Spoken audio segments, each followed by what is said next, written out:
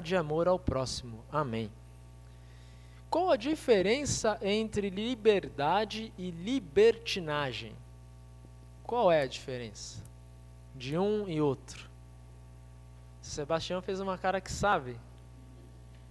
Liberdade é, por exemplo, você pegar um carro e dirigir tendo habilitação para dirigir. Você tem a liberdade de fazer isso com o seu carro. Libertinagem é você fazer isso com um carro que não é seu, roubando o carro. Ou dirigir o seu próprio carro embriagado. Isso é libertinagem, é algo além da liberdade, né? Cristo nos libertou, mas não nos libertinou. A diferença às vezes parece muito tênue, mas ela é grande, entre liberdade e libertinagem. É por isso que Paulo escreve assim lá em Gálatas, capítulo 5, versículo 13. Quem quiser pode deixar a Bíblia aberta ali em Gálatas. Versículo 13 diz assim: porém vocês, irmãos, foram chamados para serem livres, ou seja, livres, mas não libertinos. Mas não deixem que essa liberdade se torne uma desculpa para permitir que a natureza humana domine vocês. Isso é libertinagem, deixar que a natureza humana domine vocês, usando dessa liberdade como desculpa para isso. Aí Paulo continua: pelo contrário, que o amor faça com que vocês sirvam uns aos outros. Quando nós vemos pessoas abusando da liberdade, ou como diz Paulo ali, usando da liberdade como desculpa para permitir que a natureza humana domine, nós logo dizemos o quê? Ah, é liberdade demais, né? Se a gente vê uma criança fazendo muita arte, a gente diz o quê? Tá, tem muita liberdade, os pais dão muita liberdade. Se a gente vê um jovem fazendo besteira, a mesma coisa. Os pais deixaram livres demais. Mas, na verdade, será que existe excesso de liberdade? Ou você é livre ou você não é, né? Pergunta para uma pessoa que está em prisão condicional, em liberdade condicional. Será que ela se sente livre mesmo? Não, ela não está livre, ela está presa, né? Não é uma liberdade plena. A liberdade é um bem que ou você tem ou você não tem. É a mesma coisa da honestidade, é a mesma coisa do amor. Ou você tem amor ou você não tem amor. Ou você tem liberdade ou não tem. Ou você é honesto ou você não é. Não há uma graduação, né, de liberdade. Então, não existe isso de excesso de liberdade. Mas o problema de pessoas que usam da liberdade como desculpa para pecar não é a liberdade em si. O problema é a falta de responsabilidade. Esse é o grande problema. Por exemplo, o problema não é a gente ter a liberdade de dirigir um carro, mas o problema é alguém usar dessa liberdade para matar outra pessoa estando embriagada. O problema não é ter uma arma em casa. O problema é o que eu vou fazer com essa arma? Ou o que meus filhos podem fazer com essa arma? A falta de responsabilidade é o problema em todas essas esferas relacionadas à liberdade. A gente dá o exemplo dos manifestos. Nós somos livres para manifestar na rua, mas nós não devemos usar dessa liberdade para vandalizar, para roubar lojas e assim por diante. Paulo fala isso, por que será? Sempre que na epístola de Paulo, ou em qualquer livro da Bíblia, nós temos uma afirmação, essa afirmação revela algo que está por trás. Então, se Paulo fala assim, não use da liberdade como desculpa, quer dizer que alguém estava usando. Alguém lá na Galácia estava usando da liberdade como desculpa para cometer pecados. Qual que era o pensamento? Ah, já que Cristo me libertou, já que eu sou salvo, não depende de mim, não depende das minhas obras, eu vou pecar à vontade. Muitos evangélicos não pensam assim, muitos luteranos não pensam assim. Se eu sou salvo, eu posso cometer meus pecados que eu serei perdoado, é só se confessar. E isso é usar da liberdade que Cristo nos deu como libertinagem. No caso ali dos irmãos Gálatas, o que estava acontecendo era o seguinte: havia aquele partido dos judaizantes, lembram? Os judaizantes queriam implementar regras do judaísmo na igreja cristã. E Paulo fala para não abrir mão para esses caras. E aí esses judaizantes, o que eles estavam dizendo? Eles diziam, olha só, olha esses cristãos aqui, ó. Olha os pecados que eles cometem. Viu só como você tem que botar mais regra nessa congregação? Você tem que colocar mais lei nessa congregação, tem que colocar mais regimento aqui, porque tá uma libertinagem total esses cristãos. É traição, é adultério, e um monte de coisa está acontecendo errada. A solução é colocar um monte de regra que vem do judaísmo. E a primeira regra seria todo mundo se circuncidar, todos os homens então receberem aquele sinal que os judeus têm, né, os judeus homens. E Paulo fala, não é esse o problema. O problema não é excesso de liberdade, porque foi para a liberdade que Cristo nos libertou. Se o problema não é excesso de liberdade, não se resolve essa constatação de moralidade colocando regras. Porque não é o excesso de liberdade o problema aqui. O problema é falta de responsabilidade. Então Paulo diz assim para os irmãos Gálatas, olha, viu só o que vocês têm que ouvir? Por estarem cometendo esses pecados, tem que ouvir dos judaizantes que tem que ter mais regra. Mas não é isso que vocês devem fazer. Não se deixem circuncidar de forma alguma, porque se você obedecer uma dessas regras, você tem que obedecer todas elas. Se você, por exemplo, guarda o sábado como os judeus guardavam, você tem que, além de guardar o sábado como os judeus guardavam, fazer exatamente o que eles faziam no sábado. E todas as outras regras relacionadas ao sábado. Se você não come alguns alimentos por questão religiosa, você tem que guardar e se abster de todos os outros alimentos que são proibidos na lei. Como, por exemplo, você não pode comer um cheeseburger. Por quê? Você não deve comer a carne com leite da mãe. E o queijo tem leite. Então, o judeu não come leite com carne, queijo com carne. Tem que guardar tudo. Guardou um, guarda tudo. Não tem meio termo nisso, né? Paulo fala, então, não caiam nessa cilada dos judaizantes, porque o problema de vocês é falta de responsabilidade. Por isso Paulo escreve assim, que o amor faça com que vocês sirvam uns aos outros. A minha liberdade, ela não termina quando começa a liberdade do outro, porque isso é um egoísmo, né?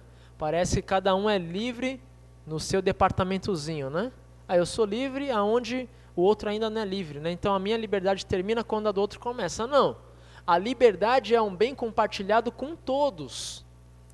E por ser um bem compartilhado com todos, essa liberdade deve ter muita responsabilidade. Porque eu sou livre em favor do próximo. Por que a gente não pega o carro e passa o sinal vermelho? Porque eu sou responsável por aquele pedestre que está caminhando na rua. E a minha responsabilidade e meu amor ao próximo me faz seguir as regras do trânsito. E assim por diante. Toda liberdade que é exercida com essa responsabilidade social em relação ao próximo, ela é uma liberdade plena. A gente vê ali no Evangelho os discípulos usando da liberdade de uma forma errada, né? Então os samaritanos, que eram rivais dos judeus, não queriam deixar Jesus e os discípulos passar pela Samaria. E aí os discípulos disseram, Senhor, faça descer fogo do céu. Ou nem se dê ao trabalho, peça para a gente. Senhor, quer que a gente mande descer fogo?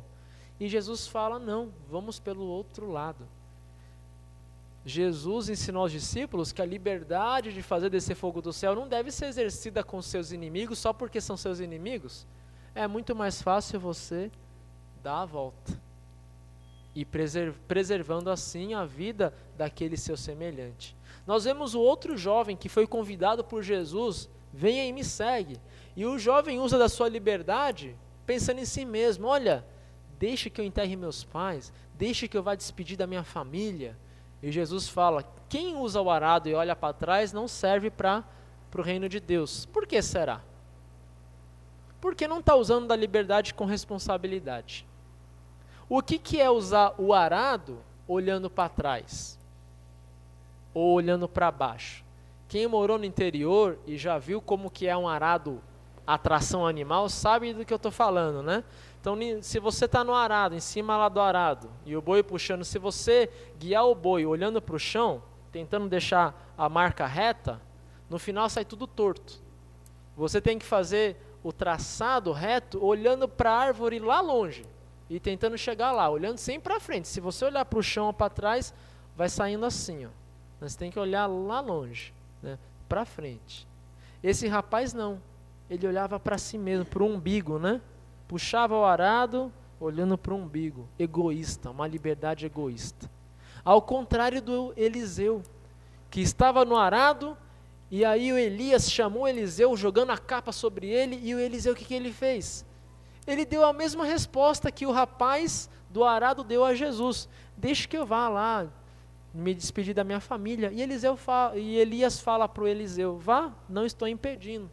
Mas a diferença de Eliseu é que ele de fato deu essa resposta porque queria mesmo se despedir da família. Não era uma resposta egoísta pensando em si mesmo. E aí Eliseu vai, se despede dos pais e queima o arado e faz um churrasco com a carne dos bois. É hora da gente queimar o arado, de não olhar só para o nosso próprio umbigo e dizer, a minha liberdade é a minha liberdade, ninguém tem a ver com isso.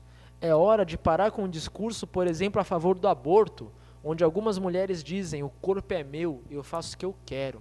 Então se eu quero abortar, eu vou abortar. E não tenho nenhuma responsabilidade com a criança que cresce em meu ventre. É hora da gente exercer a nossa liberdade com responsabilidade. Jesus fez isso em favor de nós.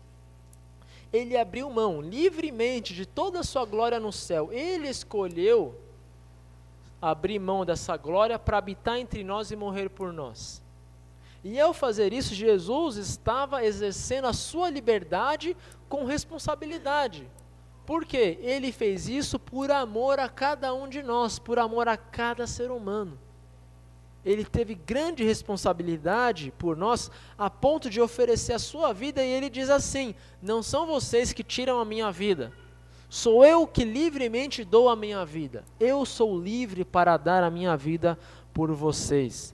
Esta é a liberdade para a qual Cristo nos libertou, uma liberdade que olha para frente, uma liberdade que não olha para o próprio umbigo, uma liberdade que olha para o lado, para o próximo, para os filhos, para o marido, para a esposa, para o vizinho, para o colega. Uma liberdade que não pensa somente no próprio mundo, mas pensa no mundo como um todo. Paulo enumera aqui as várias obras da carne, de pessoas que usam da liberdade sem nenhuma responsabilidade com o próximo. E o que Paulo fala aqui? 4 tipos de pecados, né? Primeiro são os pecados sexuais que ele cita, que provavelmente era o que mais estava abundante lá entre os Gálatas. Então Paulo fala, as obras da carne são conhecidas, versículo 19 em Gálatas. Pecados sexuais, a imoralidade sexual, a impureza e as ações indecentes. Então aqui entra o adultério, aqui entra o sexo antes do casamento, aqui entra todos os pecados relacionados à área sexual. A idolatria é o segundo grupo de pecados, a adoração aos ídolos e a feitiçaria. Os pecados sociais, que são inimizade, brigas e ciumeiras. E os pecados pessoais, quais são? A raiva e a ambição egoísta. E tudo isso vai gerar problemas entre os irmãos. Desunião, divisões na igreja, invejas, bebedeiras e farras. E aí Paulo fala, quem usa da liberdade para cometer esse tipo de coisa, está fazendo libertinagem. Pessoas libertinas não receberão o reino de Deus. Adiante, Paulo lembra os Gálatas da liberdade de Cristo. Ele, com seu sangue, nos remiu e nos libertou. E é por isso que Paulo vai falar assim, por causa do sangue de Cristo na vida de vocês e do Espírito Santo que Deus deu a vocês, vocês são capazes de produzir frutos da fé. Olha só que interessante, né? Para as obras da carne, Paulo usa a palavra obras, ou seja, é algo que nós construímos, não é algo que surgiu. né? A libertinagem não é algo assim que surge no coração, é algo que eu construo livremente, conscientemente. Agora, as coisas boas não são obras nossas, que nós não temos essa capacidade. As coisas boas são frutos do Espírito, brota da gente, brota do cristão. E o que é que brota? Quais são os frutos? O amor, a alegria, a paz, a paciência, a delicadeza, a bondade, a fidelidade, a humildade e o domínio próprio. E contra essas coisas não existe lei. Quem vive no amor, na paz, na alegria, na felicidade, no amor ao próximo, não precisa de lei nenhuma, né? A gente está chegando ao cúmulo de serem feitas discussões sobre um estatuto dos pais. Será que para um pai que ama o filho, para uma mãe que ama o filho, é necessário um estatuto do que ele deve fazer ou não fazer? O pai que ama o filho, brota esse amor pelo filho, né? Não precisa de nenhuma regra para fazer o que é certo. A mesma coisa o cristão que vive a liberdade com responsabilidade, os frutos bons brotam naturalmente, é como respirar. Alguém aqui precisa de aulas sobre respiração? Alguém tem que pensar para respirar? Agora puxa o ar, seguro, 2 segundos, solta o ar. Você tem que conscientemente pensar? Não.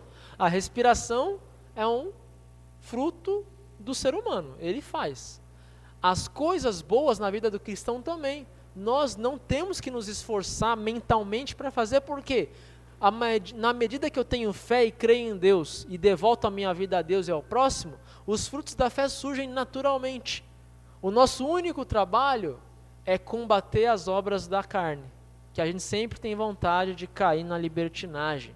Nós conseguimos combater isso fazendo o que Paulo fala, que o Espírito de Deus que nos deu a vida controle também a nossa vida. Vejam vocês que a solução para exercermos a liberdade não está em nós mesmos e nem em impor regras nas pessoas. A solução para viver livre e responsável é deixar que o Espírito de Deus controle a nossa vida. E como eu faço isso? Ouvindo a palavra de Deus, recebendo a ceia do Senhor e pedindo a Deus que de fato o Espírito Santo seja o condutor do arado.